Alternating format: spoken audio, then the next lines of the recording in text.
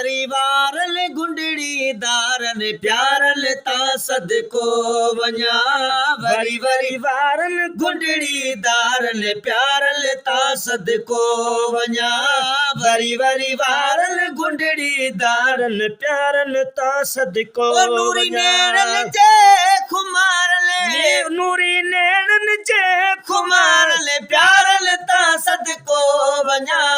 वरी वरी वारल गुंडड़ी दारल प्यारल ता सदको वञा वरी वरी वारल गुंडड़ी दारल प्यारल ता सदको वञा तुझे गुणल जो अॼु ताईं कहन लगायो काथो साईं तुझे गुणन जो अॼु ताईं कहन लगायो काथो नूह साजे आंगुरे चंड खे चीरे लाथो नूह ईसा जे आंगुरे चंड खे चीरे लाथो आंगुर जे इशारले तुझे आंगुर जे इशारले प्यारल ता सदको वञा वरी वरी वारल गुंडड़ी दारल प्यारल ता सदको वञा वरी वरी वारल गुंडड़ी दारल प्यारल ता सदको वञा यूसुफ कान वढा पंहिंजा हथड़ा पंहिंजे हथां कन्हा यूसुफ कान वढा पंहिंजा हथड़ा पंहिंजे हथां घोर घणनि जी साह कया तुंहिंजे सगोरीअ सूंहं मथां घोर घणनि जे साह कया तुंहिंजे सगोरीअ सूंहं मथां तुंहिंजे जलवन जी अजियारले तुंहिंजे जलवन जी अजियारले प्यारल ता सदको वञा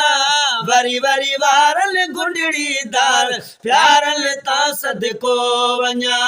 वरी वरी वारल गुंडड़ी दारल प्यारल ता सदको वञा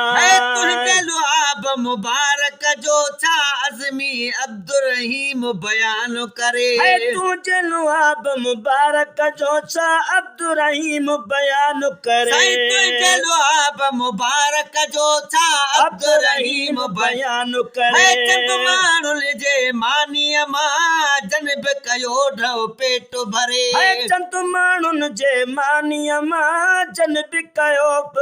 ढो पेट भरे तुंहिंजे ओ साफले हज़ारले तुंहिंजे ओ साफले हज़ारले प्यारल ता सदको वञा वरी वरी वारल गुंडड़ी दारल प्यारल ता सदको वञा